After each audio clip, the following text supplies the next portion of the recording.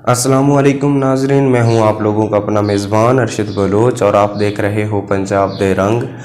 आज मैं आप लोगों की खिदमत में एक तहरीर लेकर हाज़िर हूं जिसका टाइटल है गुनहगार इंसान और अल्लाह ताला का रिश्ता। यह तहरीर आपको कैसी लगी कमेंट सेक्शन में अपनी राय का इजहार ज़रूर कीजिएगा। गुनहगार इंसान और अल्लाह ताला का रिश्ता। कोई भी इंसान पैदाइशी गुनहगार नहीं होता।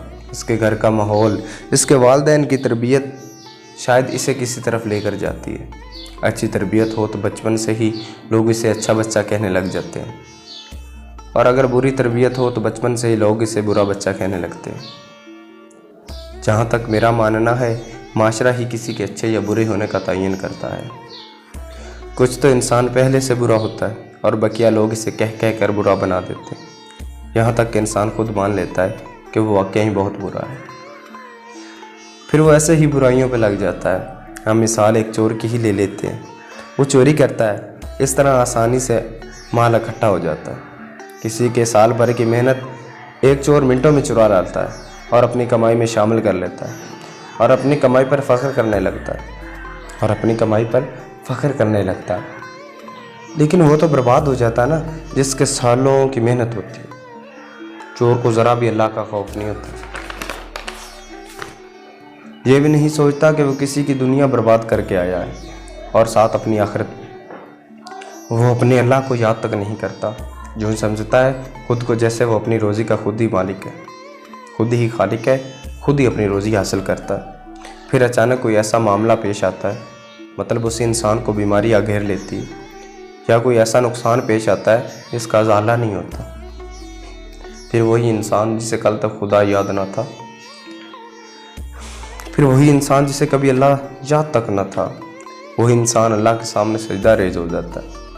वही इंसान अल्लाह के सामने सजदा रेज़ हो जाता है, रोता है, गिड़गिड़ाता है, दुआएं मांगता है, माफ़ी मांगता है, तौबा करता है।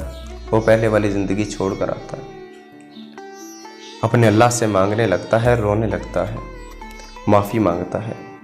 फिर अल्लाह ताला को उसी इंसान के आंसू पसंद आ जाते हैं जिसे कभी अल्लाह ताला याद न था, अल्लाह ताला से न, और अल्लाह ताला को उसी इंसान के आंसू पसंद आ जाते हैं, और वो अल्लाह ताला सब कुछ भूल कर उसे बख्श देता है। जहाँ भी जाए इंसान आखिर अल्लाह ताला के पास लौट ही आता है। लेकिन याद रखिएगा मेरे दोस्तों, मेरी तहरीर ख़त्म हो गई, लेकिन जहाँ भी जाए इंसान अल्लाह ताला के पास लौट तो आता है, लेकिन ज़िंदगी सबको मौके भी नहीं देती। हो सकता है इंसान गुनाह करता मर जाए, मौत आ जाए। मौत किसी की न जवानी देखती है न बुढ़ेपे। इसलिए इंसान को चाहिए इन गुनाहों से इज्तनाब करे।